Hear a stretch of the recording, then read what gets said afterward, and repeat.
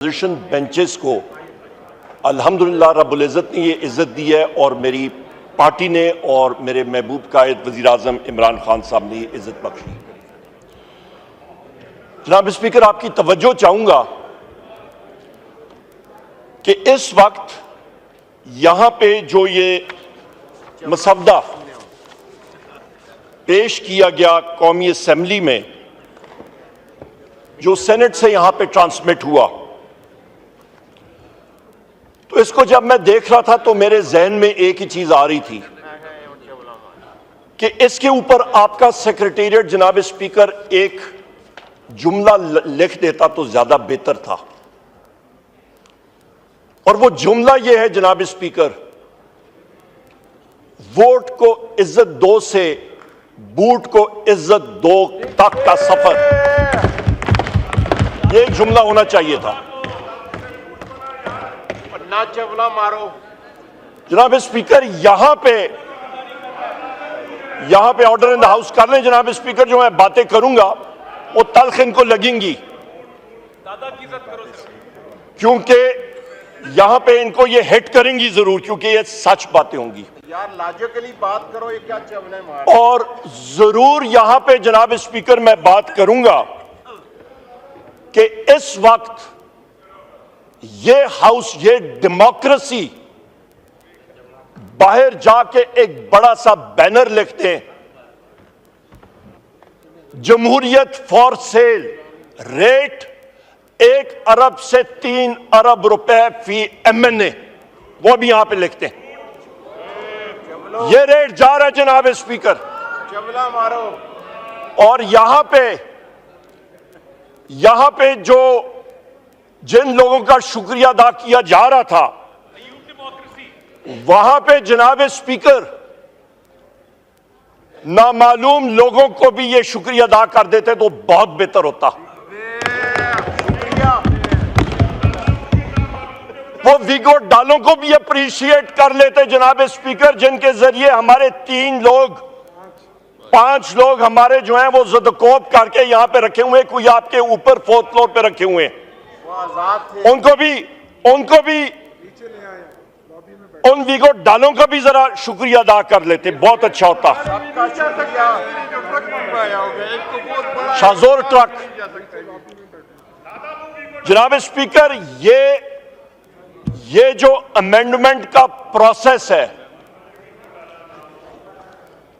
ये सारे का सारा प्रोसेस जहां से शुरू हुआ,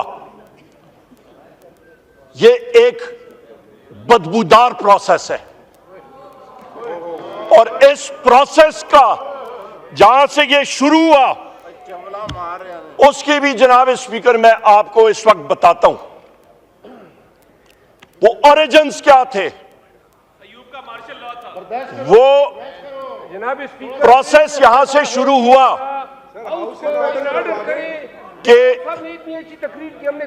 जी प्लीज बात कीजिए, आप कोई मसला नहीं, हम बात कीजिए। जनाब स्पीकर, यहां पे मैं बात कर रहा था इस बदबूदार प्रोसेस की। जहां से ये प्रोसेस शुरू हुआ जनाब स्पीकर, उस पे जरा नजरसानी करें और ये तारीख का हिस्सा होना चाहिए।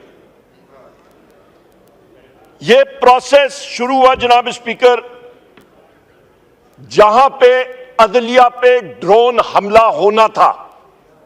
एक आजाद अदलिया को उसका गला घोटने का आज ये प्रोसेस जो है वो इख्तिताम पजीर हो रहा है। एक आजाद अदलिया को आप खत्म करने जा रहे हैं।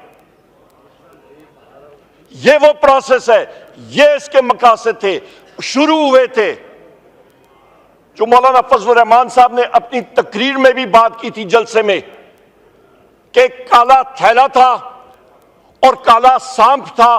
बिल्कुल सही कहा था मौलाना फजलुर रहमान साहब ने। जनाब स्पीकर, यहां पे इस वक्त आप ये अंदाजा लगा लें, जो ये हुकूमत अपने आप को कहती है, ये हुकूमत दर हकीकत पाकिस्तान की अवाम की सही मानों में तर्जुमानी नहीं करती, क्योंकि ये एक चोरी शुदा मैंडेट फॉर्म 47 लेके यहां पे बैठे हुए हैं। इस मैंडेट को पाकिस्तान की अवाम तस्लीम ही नहीं करती। जिन लोगों ने 1.5 लाख, पौने 2 लाख वोट लिया था, सुबह उठे 9 फरवरी को उनको हरा दिया। जो लोग लाइटें बंद करके सो गए थे, सुबह उठे वो जीते हुए थे। ये वो लोग हैं जनाब स्पीकर जो कि ये आईनी तरमीम 26वीं लेके आए थे। ये इनके हालात थे। दूसरी बात मैं करूं जनाब स्पीकर कि जिस वक्त इसी हाउस पे, इसी डेस्क से मैं बैसियत ऑपोजिशन लीडर उठा और मैंने कहा जनाब स्पीकर स्पेशल कमेटी बनाएं, किस लिए कि एमएनएस के राइट्स और प्रिविलेजेस का तयन करें। हम लोग वजीर आजम इमरान खान साहब से अडयाला जेल में मिलने जाते हैं, वहां पे प्रिविलेजेस हमारे इस्तेकाक मजरू होता है। आपको मैंने खत लिखा, आपने उसको वापस किया, आपने कॉल को डिफाइन किया, आपने वहां से मुझे वापस उस खत पे लिखा और आपने कहा जी कि ये नहीं हो सकता। इसी जगह पे मैंने उठ के कहा जनाब स्पीकर आप स्पेशल कमेटी बनाएं, आपके पावर्स में है कि एमएनएस के राइट्स और प्रिविलेजेस हम हो या ना हो, आइन और कानून का हिस्सा होना चाहिए। उसके बाद इसी पार्लियामेंट में आपके वीगो डाले आए, आपके इंटेलिजेंस एजेंसीज के लोग आए, इसी पार्लियामेंट में हमारे एमएनएस को उन्होंने जदकोब किया, इसी पार्लियामेंट के प्रीसेंट से उनको घसीट के ले गए, इसी पार्लियामेंट की बेतौकीरी हुई, इसी पार्लियामेंट की तजलील हुई, इसी पार्लियामेंट को नीचे किया गया, इसी पार्लियामेंट को कमजोर किया। और जनाब स्पीकर उसके बाद आपने वो स्पेशल कमेटी बनाई। उस स्पेशल कमेटी में आयल के दोनों अतराफ के लोग आए, पर उस कमेटी को जो टर्म्स ऑफ रेफरेंस थी, कानूनदान हमारे यहां पे बैठे, हमारे माहिर हैं कानूनदान के, वो यहां पे बैठे हुए हैं। जब बात होती है लोग कहते हैं जी फ्रेमर्स ऑफ द कॉन्स्टिट्यूशन ने क्या कहा, वो सोच क्या थी जिसकी वजह से आपने कानून बनाया। उस स्पेशल कमेटी की सोच ये थी, उसकी बुनियाद थी जनाब स्पीकर कि आप तयन करें rights and responsibilities members of parliament का। उस स्पेशल कमेटी के को हेड किया साईं खुर्शीद शाह साहब ने, उनकी हम इज्जत करते हैं, बुजुर्ग सियासतदान है, पर उस कमेटी को मिसयूज किया। उस कमेटी का जो असल मकसद था वो पूरा नहीं इस्तेमाल किया गया। उस कमेटी को इस चीज के लिए इस्तेमाल किया गया कि ये कॉन्स्टिट्यूशनल अमेंडमेंट्स का मसवदा वहां पे प्रेजेंट हुआ। इन कॉन्स्टिट्यूशनल अमेंडमेंट्स का मसवदा जनाब स्पीकर जाना चाहिए था आपके standing committee on law and justice, जो उसका सही घर था। पर किसको क्या परवाह इस वक्त, क्योंकि यहां पे इनके पीछे हवलदार भुट्टा साहब लगे हुए थे छड़ी लेके कि करो और करो। और आज देखें, इस वक्त टाइम देखें, रात के 1:09 हो चुके हैं और फजर की नमाजें, मेरा ख्याल है फजर की नमाज हम लोग इधर ही पढ़ेंगे। Why the undue haste जनाब स्पीकर? तब तक तो शायद मैं जाग ना सकूं। चलें जनाब स्पीकर, सो के फिर फजर आप अर्जन कर दें, अर्जन कर दें, बेहतर है प्रोरोग कर दें। बात करें, मैंने जिस तरह कहा था ना, एक एक मेंबर को दूंगा जी। आप जनाब स्पीकर यहां पे मैं आपकी इजाजत के साथ मैं कंटिन्यू करता हूं कि यहां पे क्या जल्दी थी कि आपके जनाब स्पीकर इतने जल्दी तेजगाम आपने लगाई हुई है कि हर सूरत पे इसको 21 तारीख हो गई है, रात के 1:10। ये कल के लिए 22 तारीख पे क्यों नहीं जा सकता था? ये 31 अक्टूबर को क्यों नहीं हो सकता था? क्या ये मनी बिल है? ये अमेंडमेंट आज नहीं पास होती फर्ज माल, या 31 को आप पास कर लेते, क्या लोगों की तनख्वाहें बंद हो जाती? क्या सेक्रेटरी साहब के और अमले की तनख्वाहें बंद हो जाती? क्या मुल्क जो है वो सीज हो जाता? क्या पाकिस्तान में ट्रेनें ना चलती? क्या पीआई के जहाज ना चलते जो थोड़े बहुत चल भी रहे हैं? जनाब स्पीकर, इसमें अनहोली हेस्ट क्या थी उसके ऊपर कोई आता नहीं है।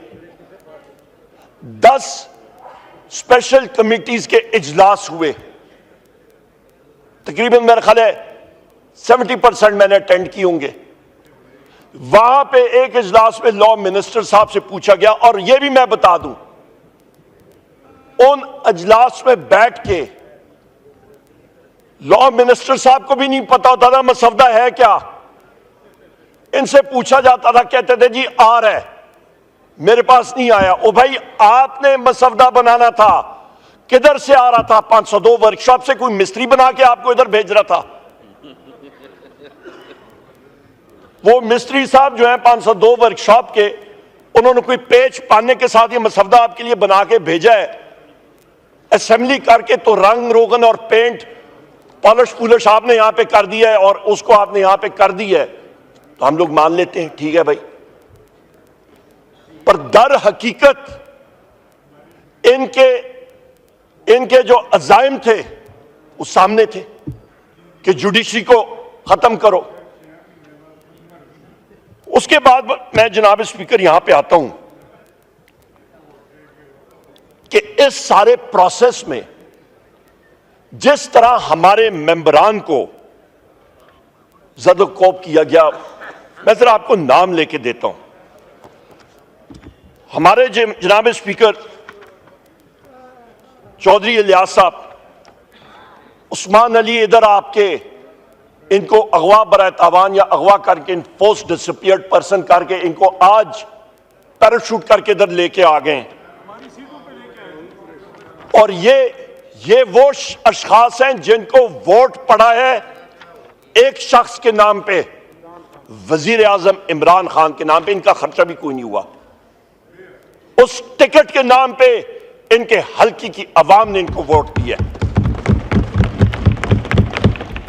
मुबारक ज़ेब, इनका भाई पीटीआई का वर्कर था। मुबारक ज़ेब यहां पे बैठा हुआ है, इसको इन्फोर्स डिसअपियर्ड पर्सन करके आज इसको नमूदार किया। जनाब ज़हूर कुरैशी को इनका कोल्ड स्टोरेज का प्लांट था, बंद कराया गया, गैब कराया गया, इन्फोर्स डिसअपियर्ड पर्सन डिक्लेयर करके आज उसको नमूदार कराया है। आपके औरंगजेब खिची को इन्फोर्स डिसअपियर्ड पर्सन बनाया गया। आपके रियाज फतियाना साहब पे प्रेशर डाला गया, जैन कुरैशी साहब, मकदार हुसैन साहब, ये सारे के सारे, ब्रिगेडियर घुमन साहब को कई अरसे तक इन्फोर्स डिसअपियर्ड पर्सन बनाया गया। जनाब स्पीकर, इन लोगों को क्यों आपने ये किया? आदिल बाज़ई साहब एमएनए है, उनके प्लाजा 1 अरब रुपए का प्लाजा क्वेटा में मसमार कर दिया है। उसके घर के सामने कल मशीनरी पहुंची हुई थी क्वेटा में उसको मसमार करने के लिए। आज उसके दूसरे प्लाजे के सामने मशीनरी गई है मसमार करने के लिए। कॉलें आती हैं नामालूम अफराद की, इंटेलिजेंस एजेंसी के लोगों की, धमकाया जाता है लोगों को। जनाब स्पीकर, हमारे एक साथी के बेटे को अगवा किया गया। उसके नाखून निकाले गए और लाइव वीडियो कॉल पे उसकी वालदा को सुनाया गया। उसके ये छाती के स्किन को प्लास के साथ निकाल उसको खींचते थे, चीखें उसकी वालदा को सुनाई जाती थी। इस तरह का टॉर्चर कोई प्रिजनर ऑफ वॉर के साथ नहीं करता। इस तरह का टॉर्चर कोई अपने सख्त से सख्त दुश्मन के साथ, प्रिजनर ऑफ वॉर के साथ नहीं करता। जैन कुरैशी साहब की अहलिया को रात को 11:35 पे उठाया गया, गन पॉइंट पे उनको निकाला गया गाड़ी से, उनको अबडक्ट किया गया और सेफ हाउस में लेके गए। जी लाहौर में मोहसिन नकवी के घर के बिल्कुल सामने से मैंने आपको फोन किया जनाब स्पीकर, और यहां पे इसी फ्लोर ऑफ द हाउस से मैंने आपको अप्रिशिएट किया क्योंकि आपने कहा था कि वो हमारी बेटी है। आपने आईजी पंजाब को फोन किया, वो टाउट शख्स है डॉक्टर उस्मान। ये लफ्ज मैं एक्सपंज कर रहा हूं। आपने जनाब स्पीकर, आपने उसके साथ बात की और उसने डिनाई किया, या सीसीपीओ ने डिनाई किया, और मैंने आपसे यही बात की जनाब स्पीकर के झूठ बोल रहे। 2:30 बजे रात को जैन कुरैशी साहब की अहलिया वापस घर आई। फजर के टाइम पे आपने मुझे मैसेज किया कि वो वापस आ गई हैं, और मैंने आपका शुक्रिया अदा किया। ये वो हकायक हैं जिनसे कोई आदमी आंखें नहीं चुरा सकता। सादुल्लाह बलोच साहब के साथ क्या हुआ जनाब स्पीकर, जिस तरह उनको टॉर्चर किया गया। मिकदाद अली खान साहब को इन्फोर्स डिसअपीयर्ड पर्सन रास्ते में आ रहे थे, उठा लिया गया। शफकत अवान साहब इसी हाउस के मेंबर, एडवोकेट है बाय प्रोफेशन, उनके ऑफिस को, उनके घर के अंदर गए। पंजाब पुलिस और सफेद कपड़ों में मलबूस लोग, नामालूम लोग, वीडियोस बनाते गए, लोगों को मारा पीटा और कहा कि ऊपर हमने भेजनी है। सादुल्लाह बलोच साहब की वाइफ को, उनकी अहलिया को, उनके बेटे को ज़दकोप किया, तशद्दुद का निशाना बनाया। उसामा मेला साहब एमएनए, उनके घर गए, उनके स्टाफ को मारा पीटा, उनके बिजनेस को तबाह बर्बाद किया।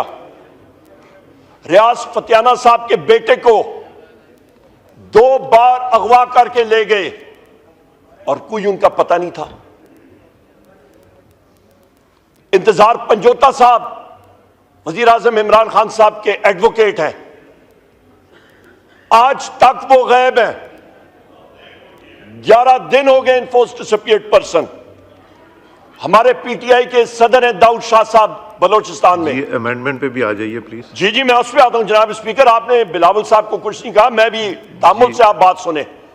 ये नहीं हो सकता आप एक स्टैंडर्ड रखें और हमारे लिए दूसरा स्टैंडर्ड रखें। विद ड्यू रिस्पेक्ट जनाब स्पीकर। नहीं, आप बात करें अमेंडमेंट के ऊपर प्लीज। अब मैं बिल्कुल आऊंगा जनाब स्पीकर, आप हमारे साथ तामुल से पेश आइएगा प्लीज। ये दाऊद शाह साहब, उनको इन्फोर्स डिसअपीयर्ड पर्सन बनाया गया। ये सारी इस अमेंडमेंट के बारे में मैं बता रहा हूं। हाजी इम्तियाज साहब इस हाउस के मेंबर हैं, और यहीं पे मैंने आपका शुक्रिया अदा किया क्योंकि वो भी इन्फोर्स डिसअपीयर्ड पर्सन थे। जहां पे जिस सेल में उनको रखा गया, जिस तरह कब्रनुमा सेल होता है, इंटेलिजेंस एजेंसीज वालों के पास था।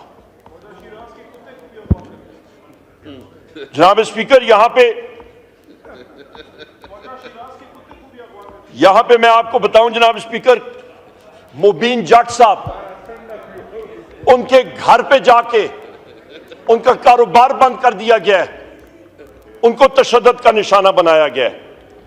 जावेद इकबाल वड़ाइद साहब एमएनए हमारे, उनका कारोबार बंद, उनके घर की दीवारें उड़ा दी, घर मसमार किया गया। हमारी पार्लियामेंट्री लीडर साहिबा जरताज गुल साहिबा, उनको जिस तरीके से ढोंगे तरीके से उनको अरेस्ट किया गया। सिर पर दुपट्टा नहीं लेने दिया गया, उनको नंगे पांव उठा के वो ले गए। ये हालात हैं जनाब स्पीकर आपके। इस वक्त हमारे बुशरा बीबी जेल में, जी वजीर आजम इमरान खान साहब की हमशीरागान दोनों जेल में। किस लिए? प्रेशर डालने के लिए। वजीर आजम इमरान खान साहब का टोटल ब्लैकआउट कर दिया गया है। कल हमारा डेलीगेशन गया उनसे मिलने के लिए। उनको जनाब स्पीकर उनके सेल में 5 दिन से बिजली कोई नहीं है, न कोई अखबार की फैसिलिटी, न कोई टेलीविजन की फैसिलिटी। उनको बिल्कुल आइसोलेशन में रखा हुआ। जनाब स्पीकर, ये वो हालात हैं। वो वजीर आजम रह चुके हैं इस मुल्क के, और ये पहिया बहुत जल्दी घूमता है। जनाब स्पीकर, यहां तक ये भी सिर्फ नहीं, ये तो मैं पीटीआई की बात कर रहा हूं। मौलाना साहब के साथी यहां पे बैठे हैं। JUI फे के सेनेटर साहिबान को उठाया गया, उनको जदकोब किया गया। यहां पे मैं आपको बताता चलूं जनाब स्पीकर, अख्तर मेंगल साहब के हवाले से, वो आज आए थे सेनेट में अपने मेंबरान देखने के लिए। अख्तर मेंगल साहब का रेजिग्नेशन उन्होंने आपको भेजा हुआ है, आपने एक्सेप्ट नहीं किया। बहसियत कौमी असेंबली, वो टेक्निकली इस वक्त भी कौमी असेंबली के मेंबर थे, उनको सेनेट की गैलरीज में नहीं अलाउ किया गया। क्यों?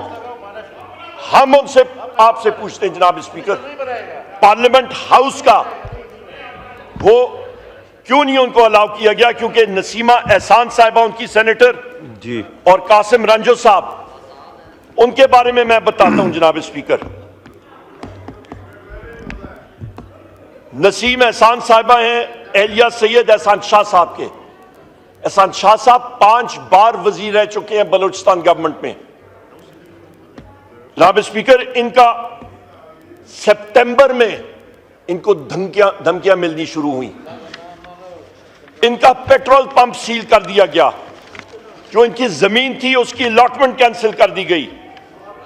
इनका बेटा 15/10/2024 को बाहर से आया, उनको उठाया गया, इन्फोर्स डिसअपियर्ड पर्सन बनाया गया, अबडक्ट किया गया।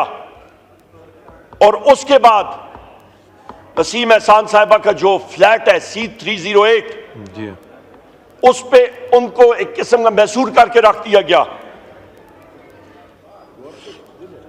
अख्तर मेंगल साहब के लोग उन्होंने भेजे उनसे मिलने के लिए। इस्लामाबाद पुलिस और सफेद कपड़ों में मलबूस लोग, नामालूम लोग वहां पे थे, उनको नहीं मिलने दिया। अगले दिन जी उमर साहब, अगले दिन जनाब स्पीकर, नहीं जनाब स्पीकर, ये मैं बर्दाश्त नहीं करूंगा, सॉरी।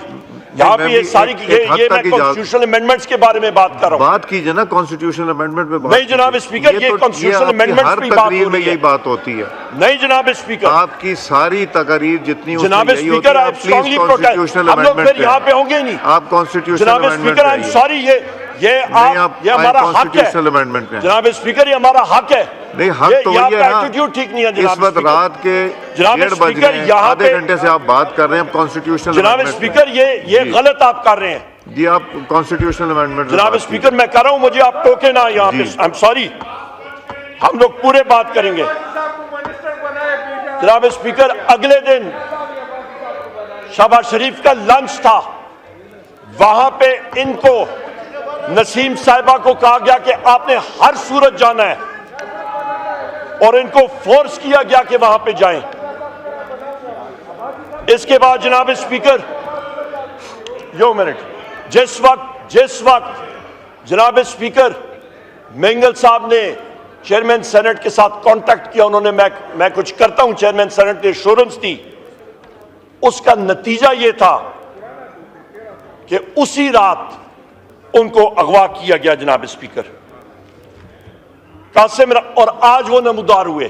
कासिम रंजो साहब के साथ क्या हुआ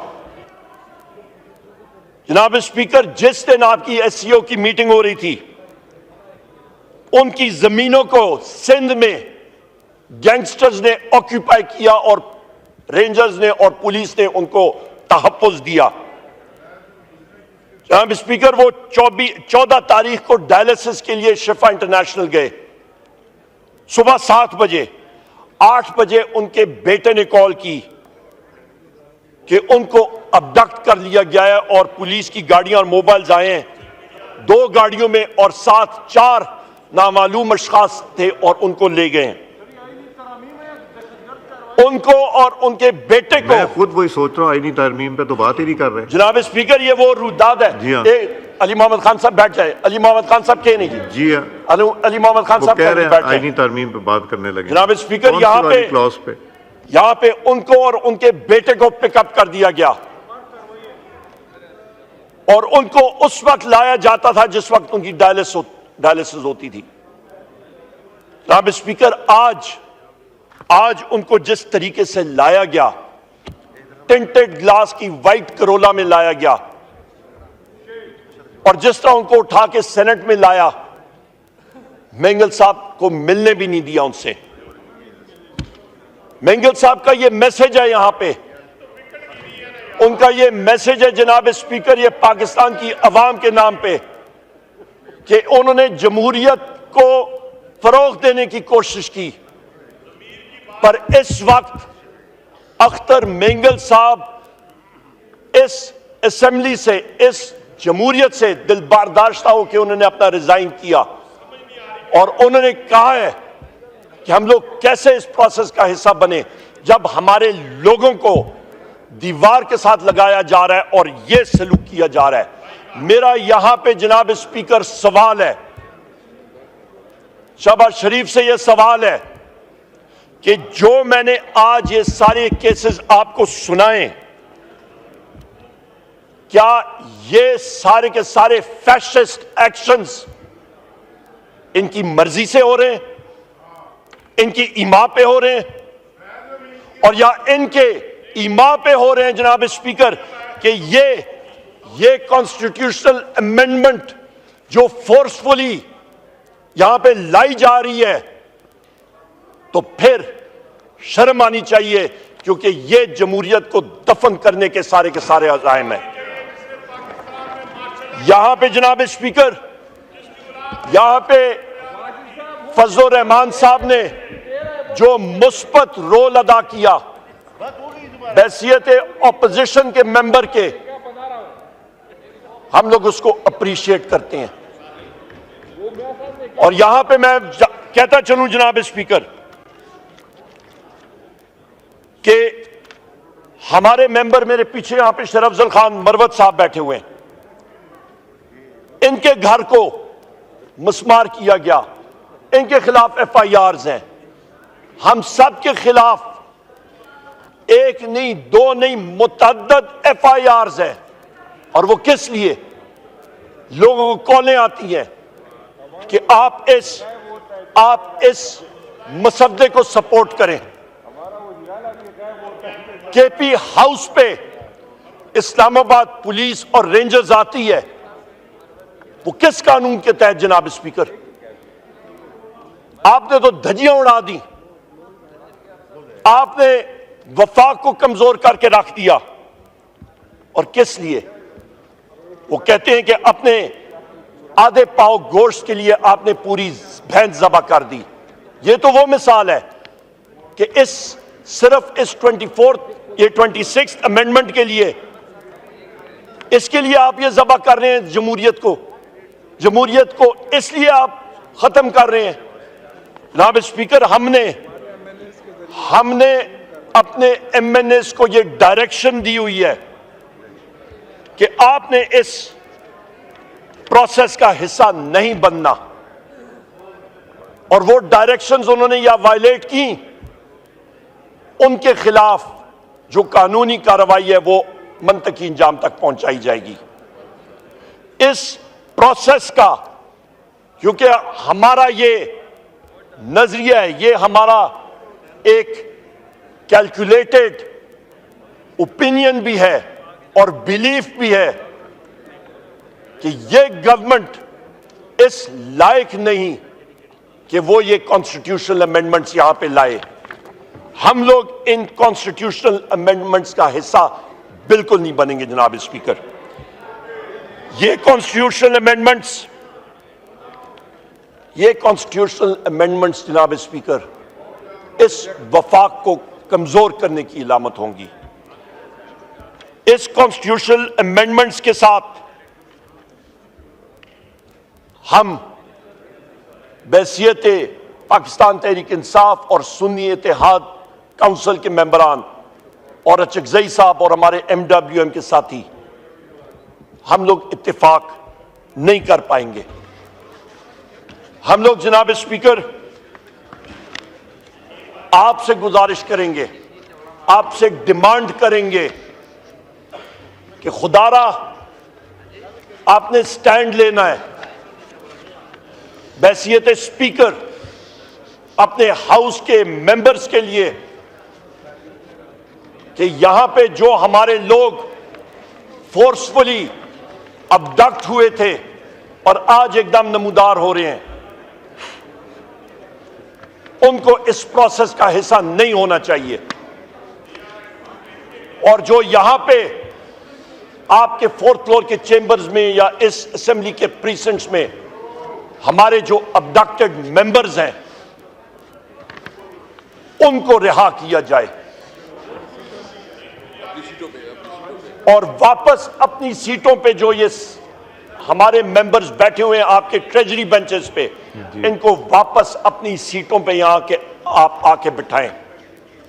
जनाब स्पीकर, यहां पे मैं ये भी बात करूंगा कि गुज़िश्ता कल, अभी तो एक दिन और आगे हो गई, बल्कि कल 19 और 20 तारीख की रात को यहीं पे डिप्टी स्पीकर साहब प्रिजाइड कर रहे थे।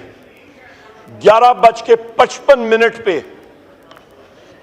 तिलावत कुरान शरीफ शुरू हुई तो यहां पे इतनी जल्दी थी, अनहोली हेस्ट था कि आपके अमले के सार्जेंट एट आर्म्स मौलाना साहब को चिट्टे दे रहे थे कि तिलावत शॉर्ट करें। जनाब स्पीकर, मैंने कभी जिंदगी में ऐसे चीजें नहीं देखी।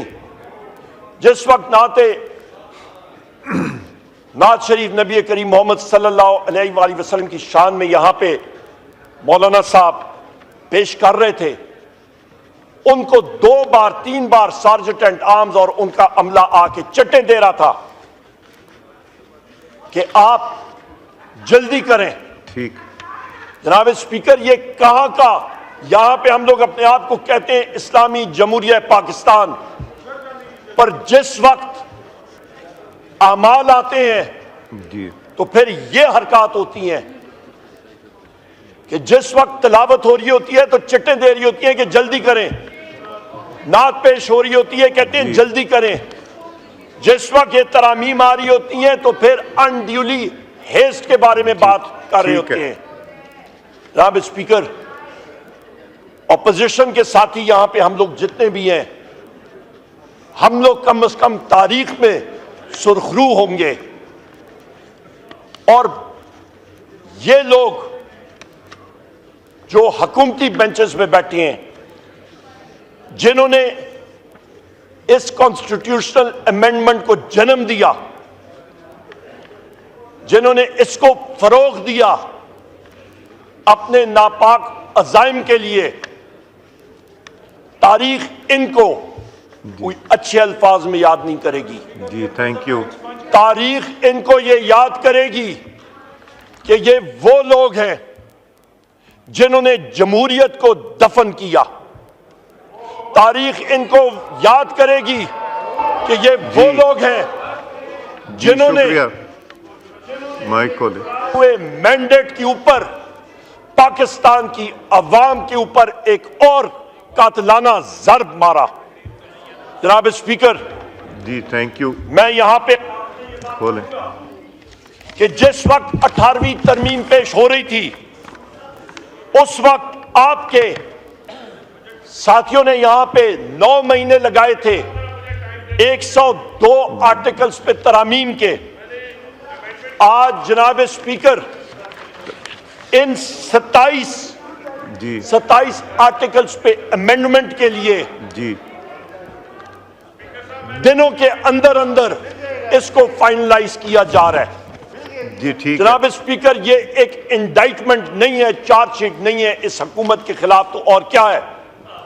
मैं आखिर में फिर कहूंगा, कहां 9 महीने की काविश और कहां पे 1 या 2 हफ्ते के अंदर अंदर खत्म करने की कोशिश, और वो भी यहां पे लॉ मिनिस्टर को भी नहीं पता कि वो मसवदा है क्या। थैंक यू उमर साहब। बिल्कुल